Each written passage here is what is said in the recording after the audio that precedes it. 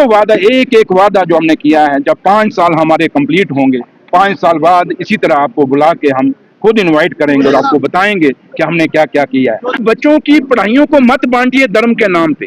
काबिलियत देखिए, काबिलियत क्या है।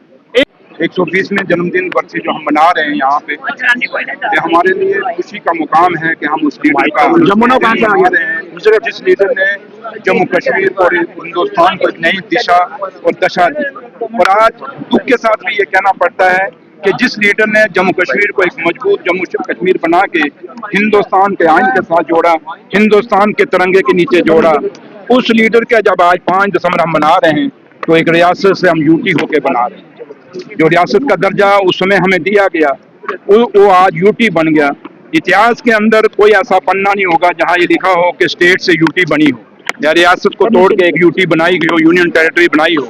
जम्मू कश्मीर वो एक अभागा रियासत है, एक ऐसी बदकिस्मत रियासत है जिसको रियासत से तोड़ के यूटी बनाया, वरना यूटी से हमेशा रियासतें बनी हैं। तो इसलिए आज जब हम दिन मना रहे हैं शेर कश्मीर शेख अब्दुल्ला साहब का, हमें एक दुख और भी है कि शेर कश्मीर के नाम की एक छुट्टी रखी गई थी और हमारे अपोजिशन ने, हमारे कुछ लोगों ने एक छोटी सोच, एक तंग दिल सोच के साथ उस छुट्टी को काटा। लेकिन एक देखकर हम कहते हैं कि शेर कश्मीर किसी छुट्टी के मोहताज नहीं थे।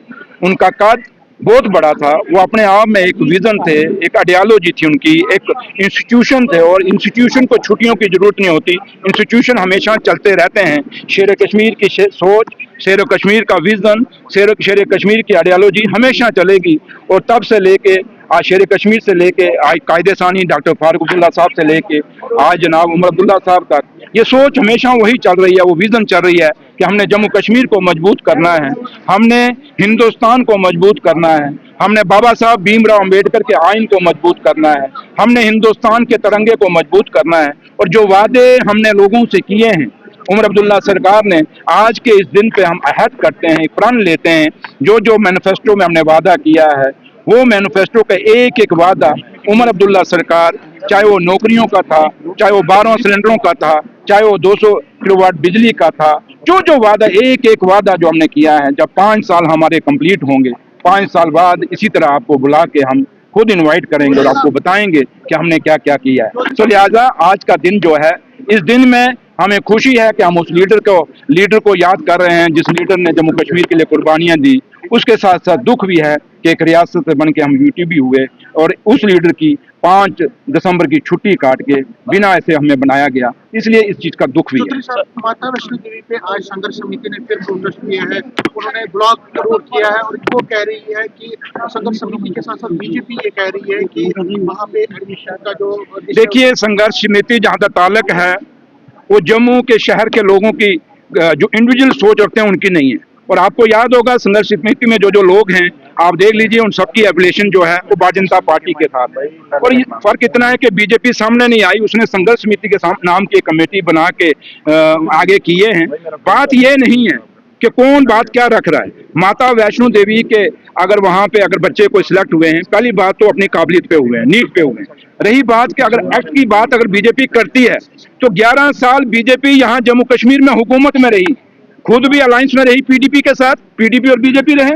उसके बाद एलजी गवर्नमेंट रही, वो भी बीजेपी के लीडरों ने खुद कहा कि हमारे अपना एलजी है। मैंने नहीं कह रहा, आपने खुद सुना, उनकी अपनी बाइटों में सुना है। तो मुझे बताएं 11 साल में उनको याद क्यों नहीं आई इस एक्ट की। आज जब उमर अब्दुल्ला सरकार है उस पर ये इल्जाम लगा रहे हैं कि जनाब इन्होंने, जबकि हमने नहीं। यूनिवर्सिटियों का चांसलर कौन है? एलजी साहब है। यूनिवर्सिटियां किसके अंडर हैं? एलजी साहब के अंडर हैं। तो बीजेपी फिर एजुकेशन किसके खिलाफ कर रही है? एलजी साहब के खिलाफ कर रही है, क्योंकि उमर अब्दुल्ला सरकार का तो यूनिवर्सिटियों में रोल ही नहीं है। आप लोग सब पढ़े लिखे जर्नलिस्ट हैं और आप सीनियर जर्नलिस्ट हैं, आप थोड़ी खोज कर लें कि यूनिवर्सिटियों का चांसलर कौन है, यूनिवर्सिटियों में जो वाइस चांसलर लगाए जा रहे हैं किसको पूछ के लगाए जा रहे हैं।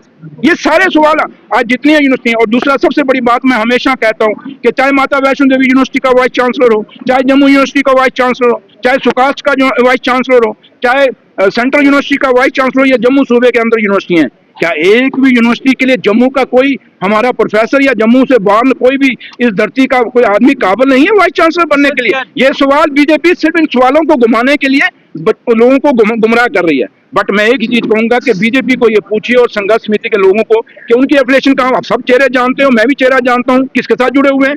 दूसरी बात कि ये एक गलत सवाल उठाया जा रहा है, आप बच्चों की पढ़ाइयों को मत बांटिए धर्म के नाम पे।